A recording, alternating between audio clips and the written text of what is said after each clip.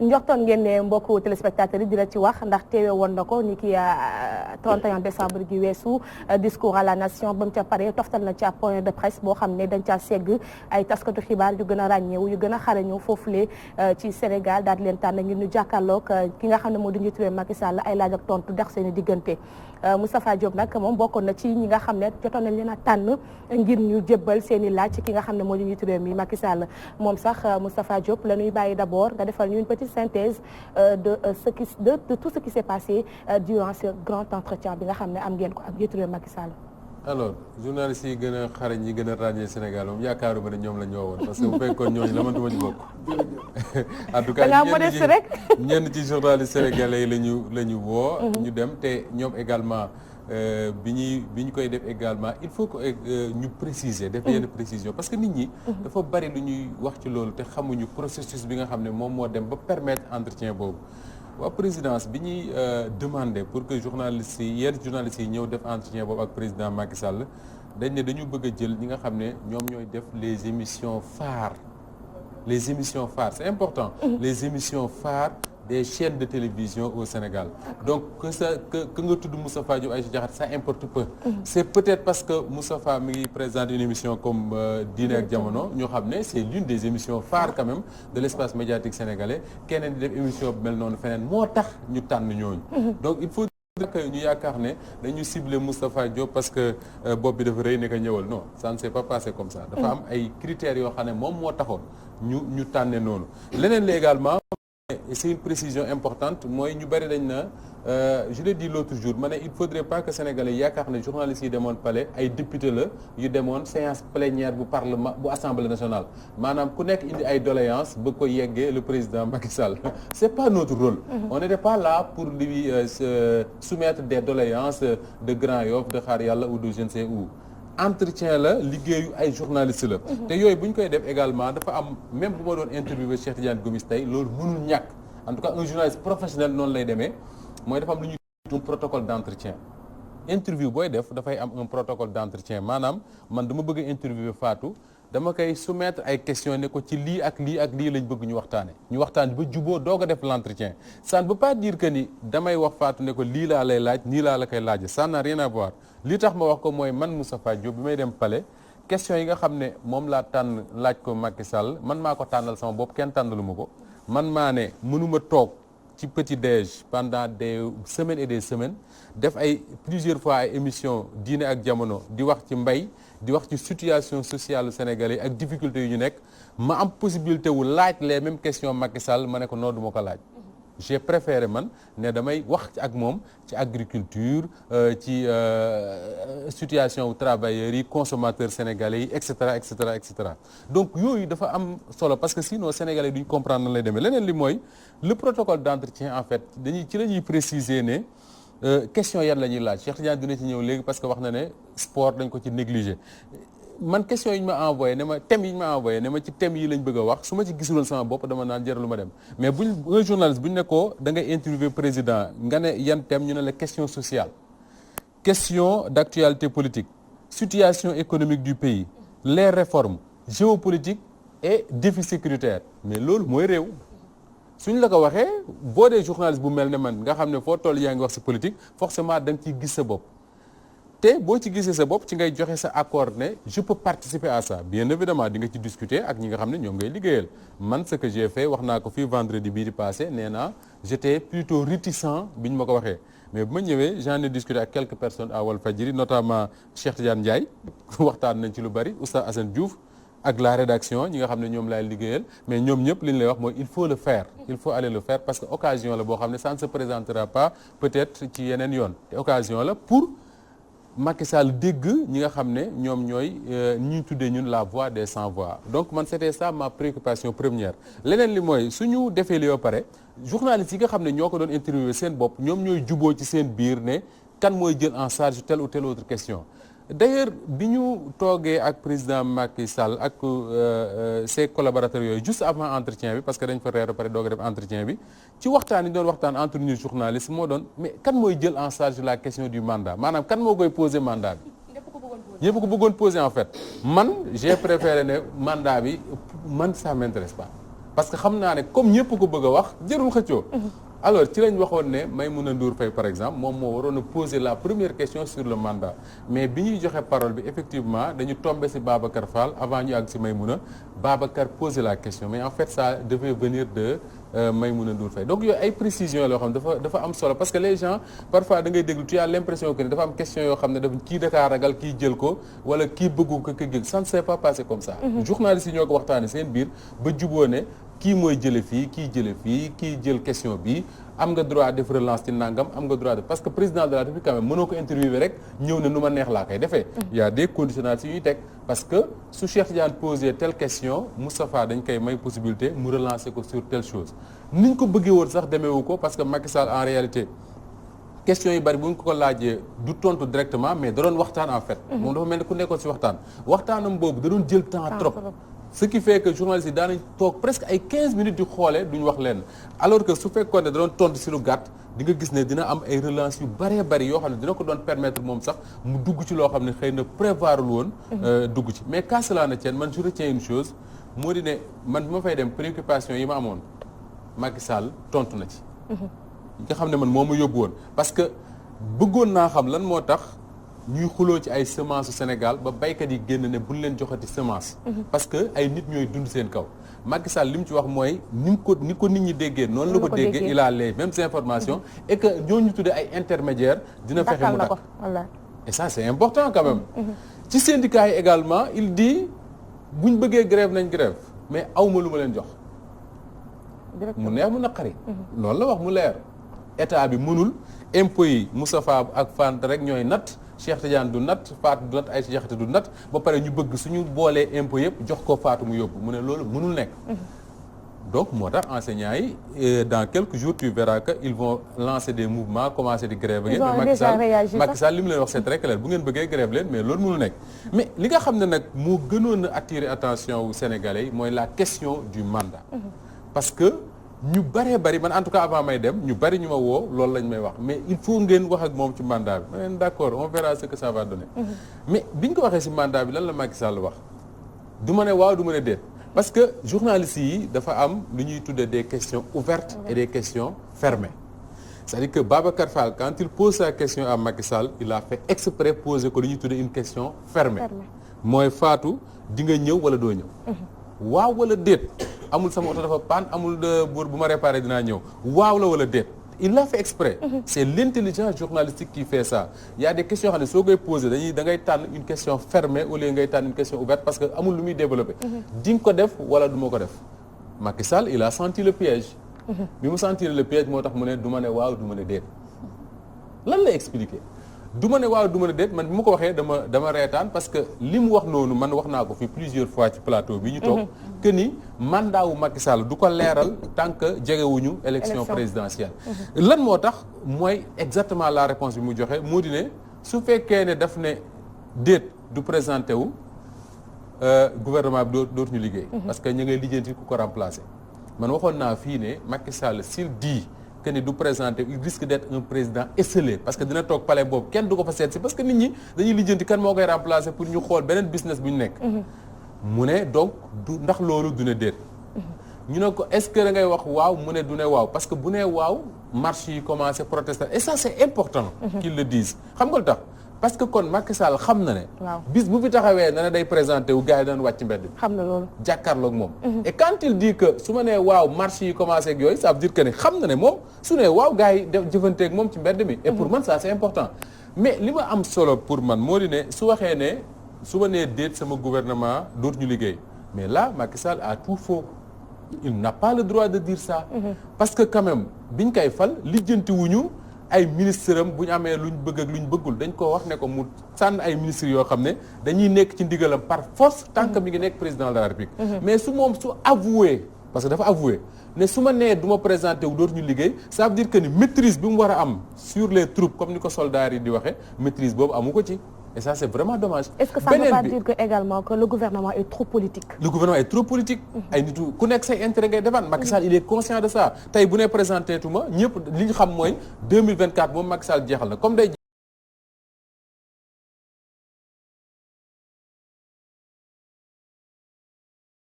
beneen bi mooy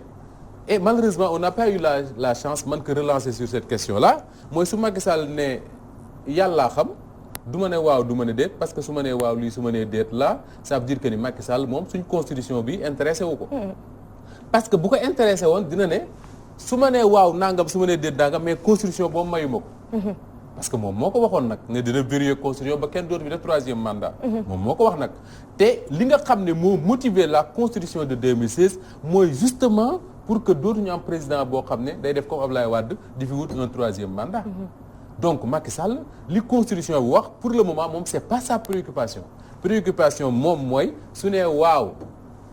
marche yi commencé su nee déet gouvernement doo ju liggéey te loolu nag dama jàpp ne du loolu la diggaale woon ak sénégalais yi parce que sénégalais yi bi ñu koy fal faluñu ko pour mu xool ba xam su nee waaw ma dañuy marche su nee déet kenn dootul liggéey dañ ko fal pour mu respecter justement ce que la constitution dit et jàngalekatu constitution yi ñi ci ëpp en tout cas ci ñoom d'accord nañ ne constitution bii ñu yor mayu ko mu def un 3e mandat. Moustapha man aussi li ma gën a intéressant si côté boobu noonu yëkkati na soulevé na leen loo xamante nii peut-être man dama ko ci bon dama koy rafetlu. bi ñu ko naan ndax ñoo ngi préparer ce dauphin mu xam ne carrément Sénégal bu ñu jàpp ne que c'est un royaume ba ku mu neex di donnante. que fii amul dauphin ku bëgg toog fa mu toog na def la mu def. maa la xamal nag tey jii fii. que ne Macky Sall ci boppam. ci xelam ma ngay wut ku ko remplacer en 2024 su fekkee day dem moo la gën a am dauphin. waaw moo la gën a am dauphin c'est-à-dire que nag mënul toog comme ni mu ko waxee moom si boppam su ne woon tey am na ku ci sama xel nekk léegi APR tas. waaw yaa ngi dégg parce que accepter ne am na dauphin parce que Macky Sall quand même yàgg naa pratiquer journaliste sénégalais yi quand même. xam na ne buñ ko dee laaj est-ce que am nga dauphin mooy est-ce que di nga présenté wu. su ne am na dauphin mooy du présenté wu. su présenté wul waa APR dinañ xool seen biir kan la fi nar a tànn xeex bi day commencé déjà ñoom ñi ngi xeex te Macky Sall waxagul kan moo koy remplacé. bul fàtte ne Abdou Diouf bokk na ci ko li tax sénégalais yi dóor ko en 2000 bokk na ci laa wax. ça n'explique pas tout que ni sénégalais yu bari dañu jàppoon ne son dauphin mooy Ousmane Tanor Dieng. que ni moom la tànn pour que fi jógee ji remplacer ko quand Wade a voulu changer la constitution pour indi fi le ticket gagnant ñu bari dañ ne ticket boobu muy wax Karim Wade tax parce que moom mooy dauphin woo Macky Sall nag mënul vivre expérience yooyu yëpp ñëw toog ci télé bi Antoine Diouf ne ko est-ce que am nga dauphin mu ne ko waaw am naa dauphin su ne am na dauphin rek sénégalais yi dinañ xool kan mooy dauphin ñu won ko ne effectivement li muy wax noonu moo am que ni du moom moo ñuy tànnal kan moo ñuy jiite Macky Sall c'est un sénégalais il est né au Sénégal école publique la jànge comme yow jàngewul école privée jàngewul ci tubaab bi li xew ci réew mi xam na ko xam na ne tey su fekkee ne wax na ne am na dauphin Sénégal dinañ ko wan ne ñun nekkuñu ci royaume buñ nekkoon ci royaume ku sant Diop wala ku sant Ndiaye moo fi jiite wala ku sant Faye parce que am na buur si nu mu santoon Faye d'accord Diouf d'accord donc Diouf voilà donc su fekkoon ne loolu la Macky Sall dina wax ne am na mais du toog jamais naan am na dauphin ma ne la mbir moomu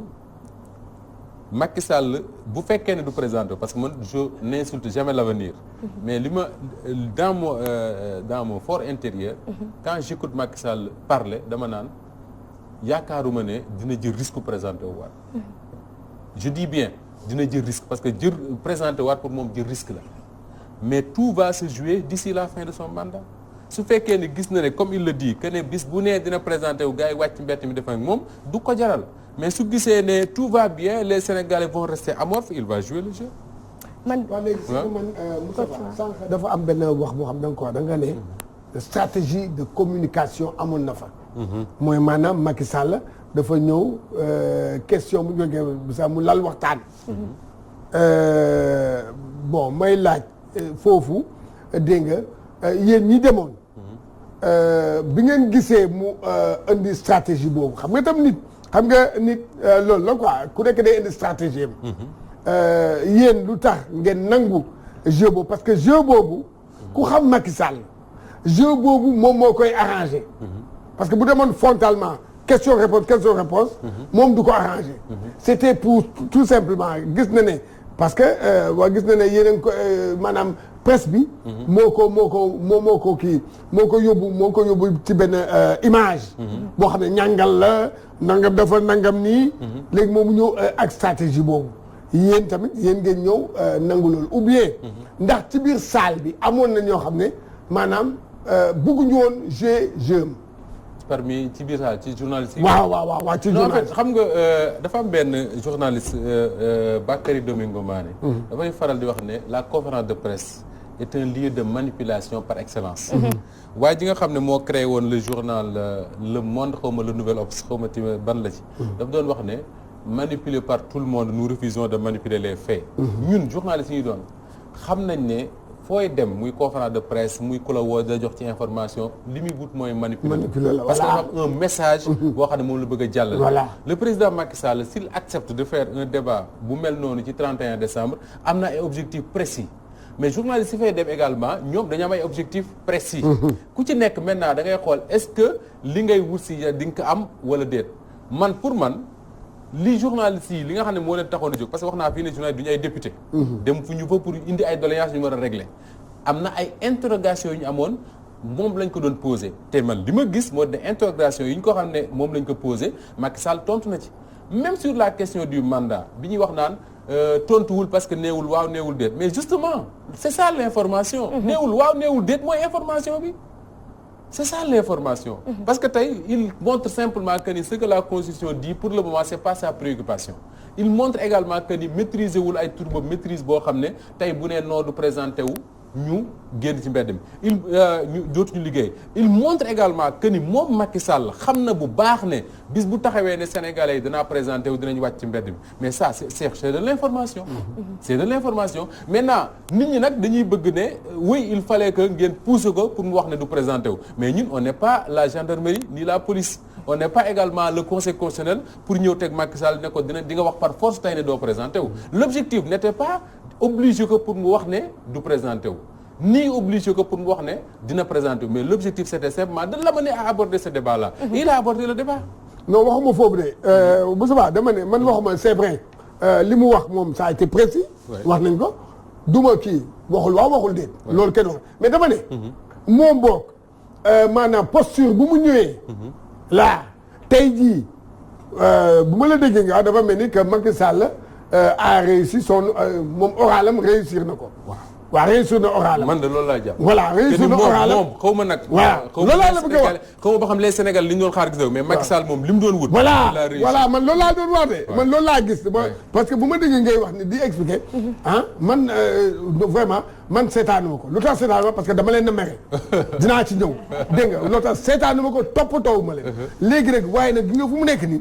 maanaam moom li mu bëggoon. moom mooy stratégie am. wane ne que li gars yi di yaakaar ci moom nii la mel. nangam moom réussir na ko loolu laay. Macky Sall dafa comprendre une chose. et je crois que loolu pratique li mu pratiquer Wade également mën na ci jouer. tout à fait c'est-à-dire que Wade. bu daan def jàkkaarloo yu mel noonu dafa am stratégie bu claire. c'est-à-dire que Wade day ñëw il attaque frontalement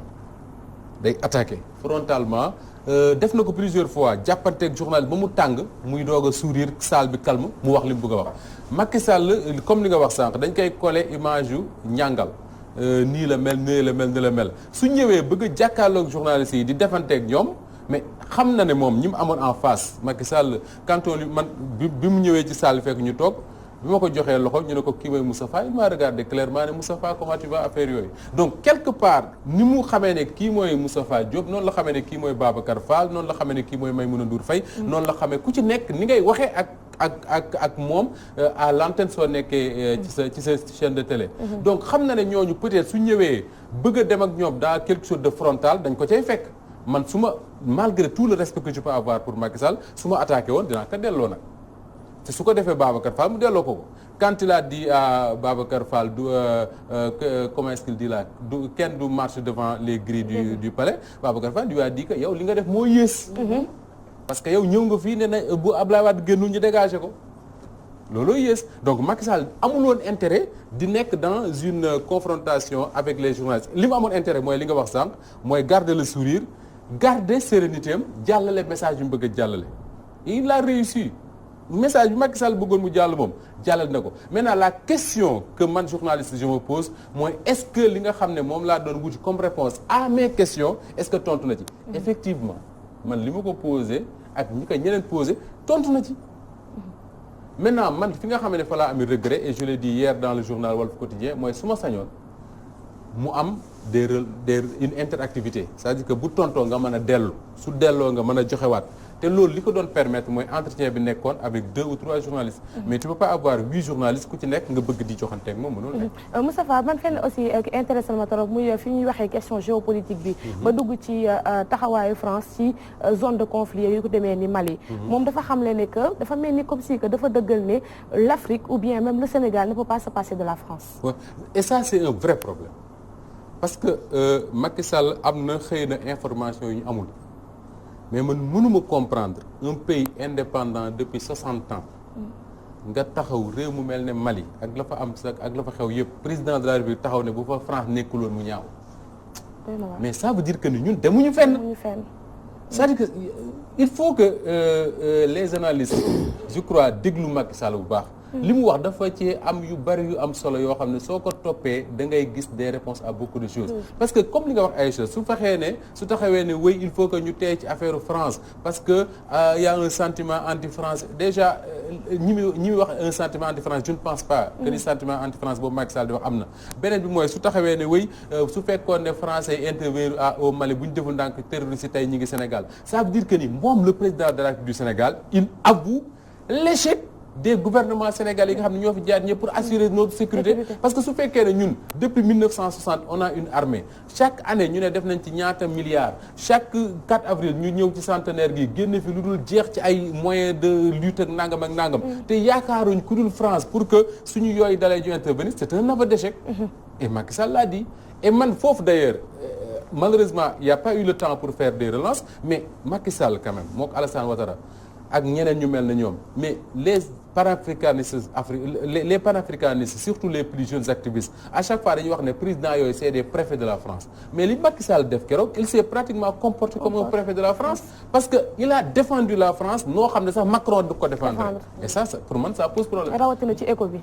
rawatina ci éco bi parce que éco bi tey jii mu wax ko ak mu bañ koo wax il y a un problème avec les autres pays yi nga xam ne bokkuñu UEMOA ñoom ay Nigéria yu demee noonu parce que ñoom li ñu wax c'est très clair loxol France na set ci suñu monnaie suñu bëggee ñu ànd sur tant que loxo français nga ci ñoom duñ ci dugg et loolu Macky Sall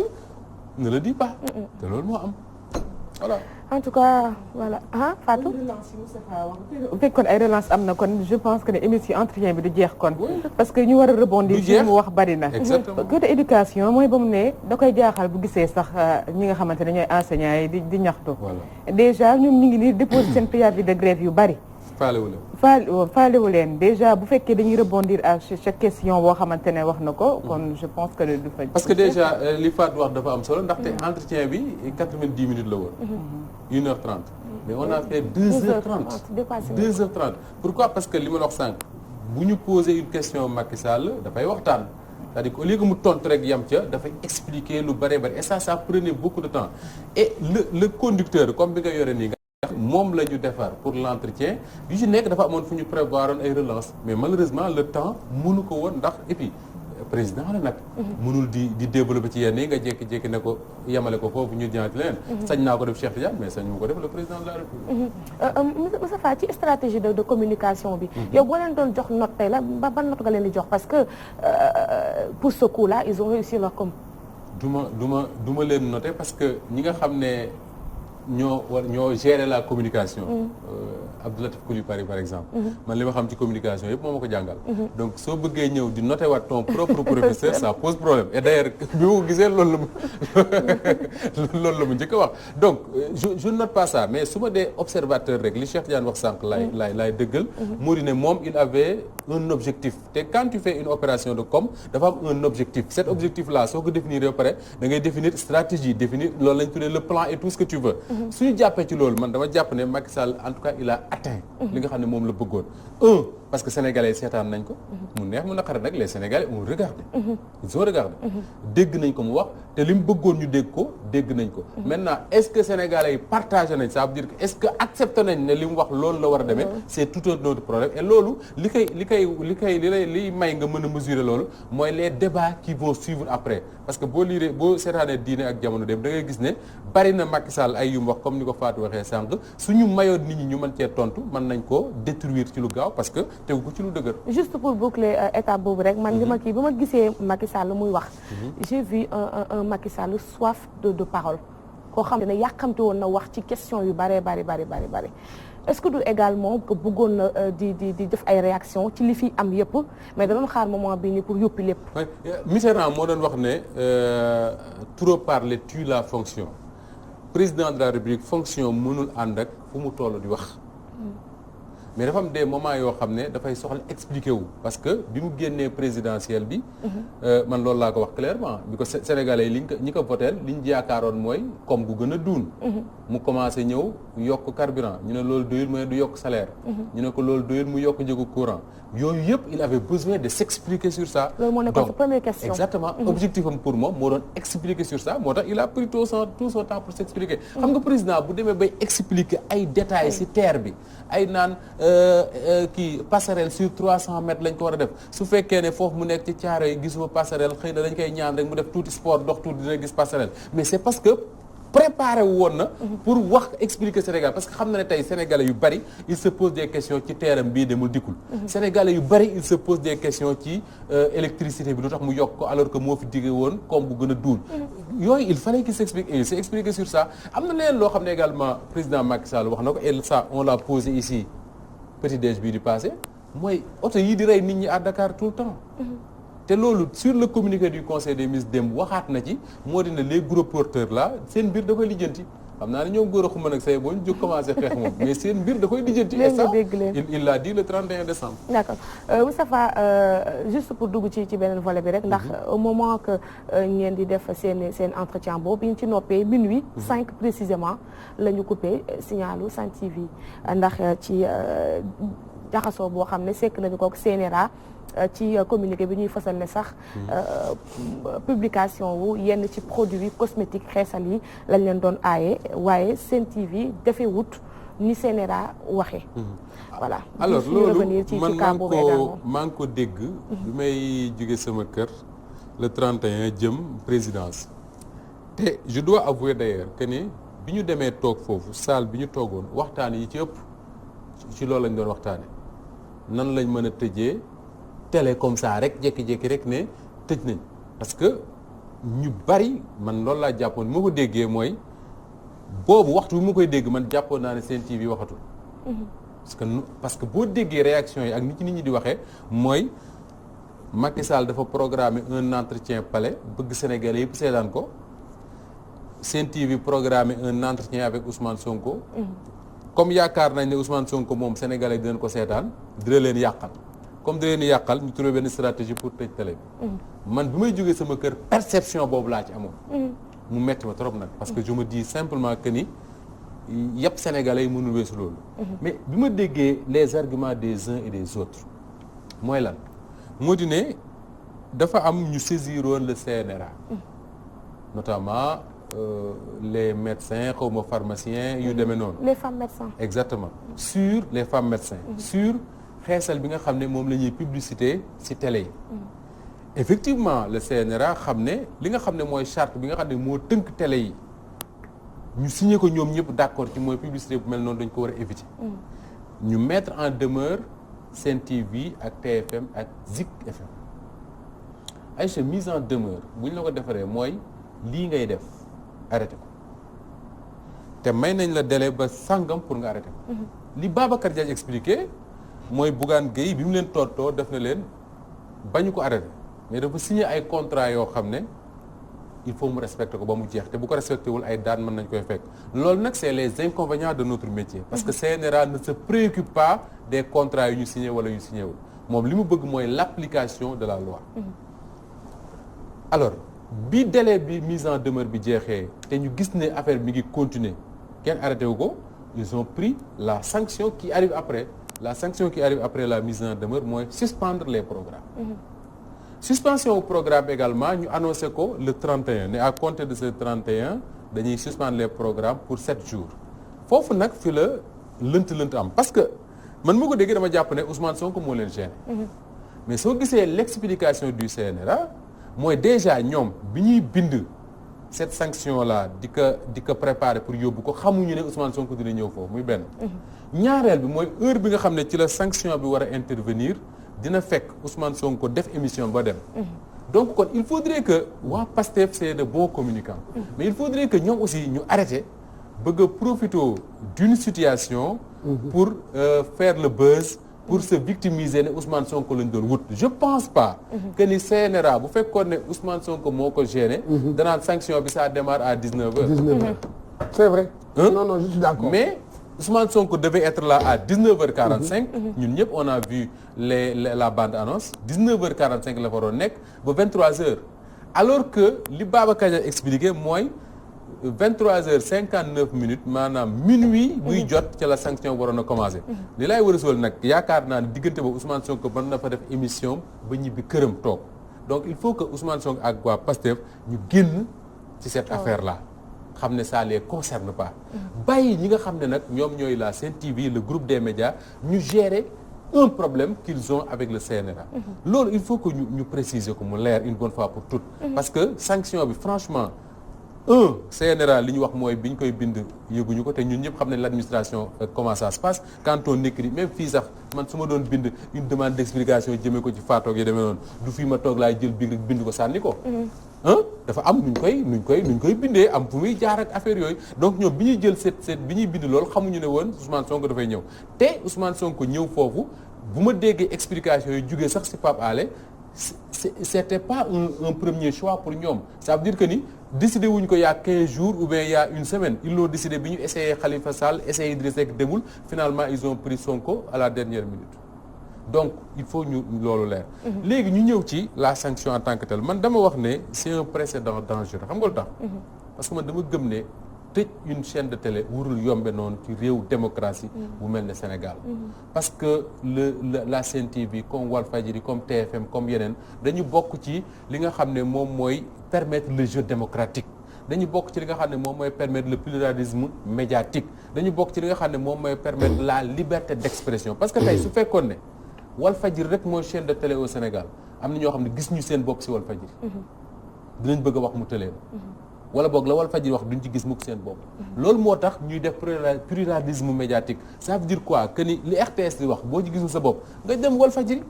boo ci gisul sa bopp nga dem TFM boo ci gisul sa bopp nga dem Sen TV donc suñu décider rek un bon jour de suspendre nañ ko pour man c'est un sacré coup qu'on donne à la liberté d'expression et man loolu pour man mënul jàll leneen li mooy su fekk li tax ma ne c'est un précédent dangereux ba tey mooy su fekkee ne def nañ ko Sen TV si ni mu yombee nii il faudrait que Walfadjri préparé wu il faudrait que TFM préparé wu il faudrait que 2S préparé wu parce que buñ jugee ci boobu ci ñoom lañ jëm il faut que les journalistes soient conscients de ça personne n'est à l'abri de ça moo tax ma yaakaar ne il faut que dans la presse sénégalaise quand même ñu accepter poser les vrais problèmes mooy tey teg nañ ay loi ne dañuy tere publicité nangam ak nangam mais ba tey amul benn effort boo xam ne le gouvernement de Macky Sall def na ko pour ne danañ fexe ba am ay entreprise de presse yoo xam ne danañ am les reins assez solides ba liñ leen di tere danañ ko bàyyi te dara du leen ci fekk tey jii bu fekkoon ne organiser nañ le marché de la publicité au Sénégal niñ ko war a organiser comme réew yu sérieux yi laa wax noonu lañ ko organiser tey Sen TV buñ ko arrêté loo une pub sur le xeesal da koy arrêté ci lu yomb parce que du ko gaañ mais bu ko arrêté dina ko gaañ parce que publicité ba ko war a dundal lam ca war a jotu ko ca te loolu moo dal Walfadjri moo dal keneen donc il faudrait que à partir de cet instant là les acteurs de la presse ils ont bien fait le CEDEPS SYNPICS convention des jeunes reporters dem dox ci wax ak waa CNRA pour que ñu lever la suspension pour que suñu confrères yi nga xam ne ñoo nekk foofu ñu mën a dellu seen liggéey ñu gën a gaaw a def ko mais loolu dama ne c'est une étape il faudrait que les gens à partir de cet instant là ñu ne lii c'est un précédent dangereux te buñ ko ci jugul dina dal ñeneen ñu ne comment l'arrêter ne peut pas dire dem naan Babacar Diagne fi yées ak CNRA fi yées lañ def CNRA lañ ci bind ñun ñëpp ko liirandoo mu nekk ne lii mooy CNRA mais lan la ñuy def tey pour man c'est ça la bonne question lan la ñuy def tey pour que suñu teree ne bu ñu publicité nangam wala bu ñu teg nangam ci télé bi télé yi bu ñu ko éviter teg yoo xam ne tey bu ñu ko teree télé yi ñu ci bari dinañ bëgg a fay salaire mu tëleen te loolu il faut que ñu régler ko une bonne fois pour toutes. Et c'est un fort plaidoyer qui touche tout le monde Moustapha. Oui, parce que je crois que Sidi Lamine Niass par exemple marche bi mujj participer dans sa vie mooy marche bi CEDEPS organisé woon ak convention des jeunes reporters le 3 mai 2016 loolu bokkoon na ci li nga xam ne moo doon préoccupation Sidi Lamine ba mu ne woon na ñëpp génn ñu dem bokk ci marché ba. mooy nan la war a def pour réorganiser le marché de la publicité au Sénégal. xam nga lan pancarte la téye woon assainir le secteur de la publicité. exactement assainir le secteur c'est ça le mot assainir le secteur de la publicité. te le secteur de la publicité tant que assainiruñ ko. télé yi dañuy gën di dee rek parce que li leen war a dundal publicité bi la boo demee France ñoom ils ont réglé ça ils ont interdit la publicité sur les médias publics à certaines heures privé ngay dem publicité tey jii bu ñu ne woon on fait la RTS publicité am bu mu ko tegati état bi dina ko ca wuutu lam daan am ci publicité état bi jox ko parce que état mën na ko nag léegi la publicité na dem sur les chaînes privées mais duñ bàyyi rek ne Cheikh Tidiane moo ma neex moom laay yóbbul dañ naan dañuy def ay sondage yi émission yi ñoo raw télé bii moo raw kii moo ci topp ñu ne bu ñu amee publicité ki raw bu jëlee 40 ka ca topp jël 30 ka ca topp jël 20 ka ca topp jël 10 c'est comme ça que ça s'organise et si ça s'organise comme ça même télé bi nga xam ne fukki nit a koy seetaan dina am wàllam ci publicité bi am te dina ko permettre muy dund te tant que defuñu ko Aïcha lii dal seen TV dina dal keneen maa la waaw mais Moustapha man xam nga li may laaj moom mooy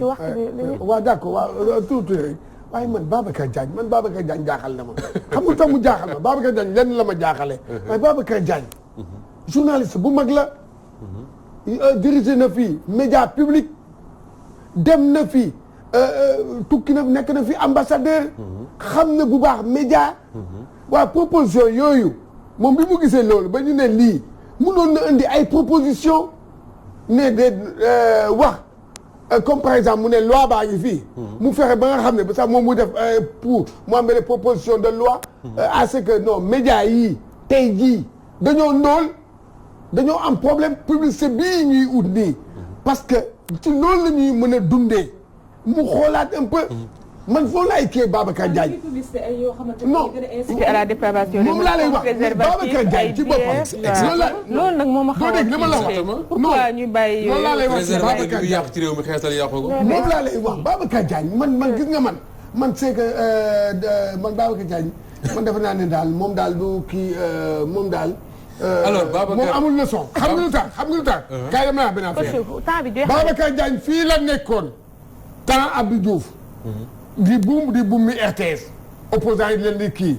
ba Abdoulaye Wade ñëw jël ko kat ji ko mu ñëwaat toog ba siàgge loolu rek waxoon na ko jox leçon